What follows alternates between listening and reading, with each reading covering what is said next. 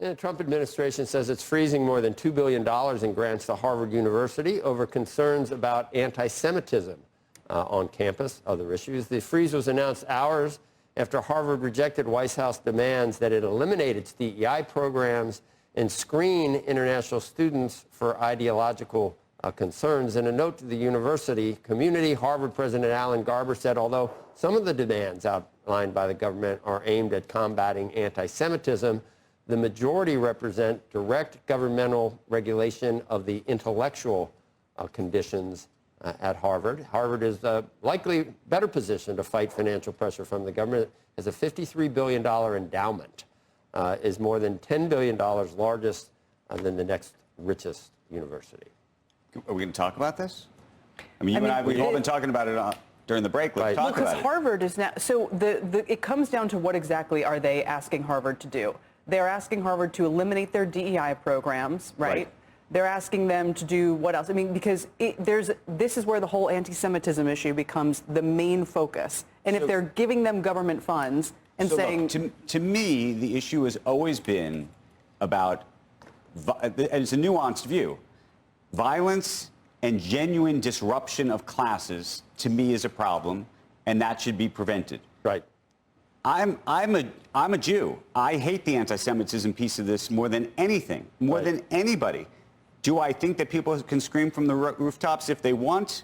I hate to say that, but I think that they can. And in the same way that we think that it was not right for the Biden administration to go after the tech companies around whether you think it was laptops or COVID or this or that. No. The left misses those days of controlling Facebook and controlling Twitter. And at the time, they didn't say, don't do it. What I'm saying is, to the extent that if we want to be, if we're trying to have a consistent view about free speech. But it wasn't consistent back then. So why are we then saying it shouldn't be consistent now? My only point is, if we genuinely believe in free speech, if we're going to advocate for Elon Musk's we're calling whataboutism and everything else. Instead of calling it for what it is, which is no, you are doing what it is. This is the ultimate whataboutism. Why didn't the left care that we couldn't read about the lab origin of Wuhan or the Biden laptop? I'm agreeing with you. I'm saying if we believe that the government... But you can't go back in time and decide to do it now. If we believe that the government should not be involved. You let it go back then. If we believe that the government should not be involved in speech, which is what you would argue this entire election was about, right? That's what the election is about. I just choose when I decide that. Well, no, now you're picking and choosing. That's exactly the point. I just want Jewish kids to be able to go to class. I agree, but that's about disruption of classes and about violence. The idea that the government genuinely should be influencing speech, to me, is a problem.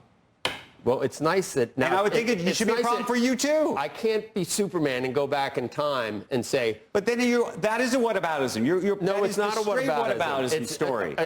Okay. You're just lucky that you're deciding to apply these standards now instead of when they should have been applied back then. I should be applying them now. I'm a Jew. I'm an American Jew. This is not about being. This is about everybody in anti-Semitism. And I've said many times I'm not Jewish, but I'm a Zionist. But my point is, this is about speech broadly. So this isn't just about Harvard. This is about other universities. This isn't even about anti-Semitism. Think about law firms in the country that have been attacked because of this. This is about this is about genuine free speech and whether you can actually stand up and say what you want. In socialism land over in Europe right now, you can go to jail. Terrible. The left isn't. They don't care about that. They're not up in arms about sending people to jail for a tweet over in the UK. You don't hear anything about it. They don't live in the UK. They pick and choose. When free speech, sometimes they want free speech. When it doesn't suit them, they don't want free speech. Is the administration's approach but that's exactly what's happening here. If you misgender someone, you get thrown off the faculty. But if you say from the river to the sea and lead a demonstration at that campus and say genocide of the Jews, I agree with you're you. almost celebrated at Harvard. That's where this comes from. I'm not saying it's not terrible. That's where this comes from. Should it fall under hate speech? Well, some of this should fall under hate speech, and that absolutely should be a problem. 100% that it should fall. That some of it should be a hate speech situation.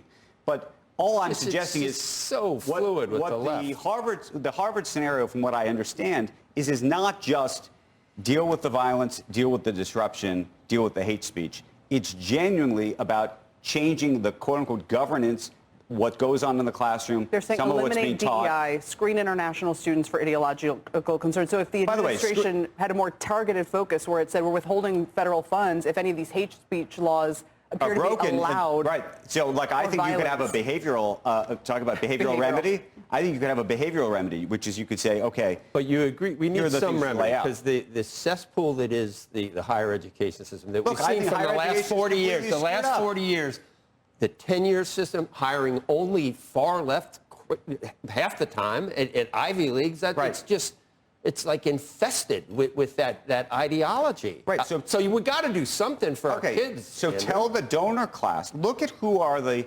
biggest donors to Harvard. Think about who are the biggest donors to Harvard. Ken Griffin, by the way, biggest donor to Harvard. What political spectrum, what political side do you think he's on? Come on. Well, you found one who's on the right? No. Look, you can actually go through John Paulson. But that's upsetting the students because then they all think they're under pressure from people who are right-wing donors. I'm saying, look, that's that's more of a free market view of the universe than letting the government do it. I think having the government do it is when you get into a bigger problem. And so a lot of their donors from the right are allowed to donate, but they couldn't give a speech on most of those campuses. So why are they giving the money? That's not me. You don't think that most people who are donating to these universities think that they are buying influence, that they are in the business of buying influence? To get in? And by the way, the schools are selling care more influence. about their kids getting in than about giving a speech themselves. They put up a building to get their D student son. I'm not even going to put it on the donor.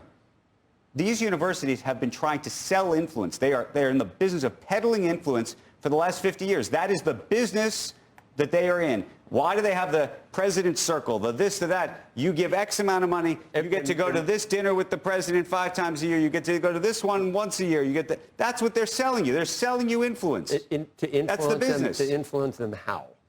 Either because you think, the kids are What's getting... Ken Griffin going to get out of influencing Harvard? Well, that might just be influence societally.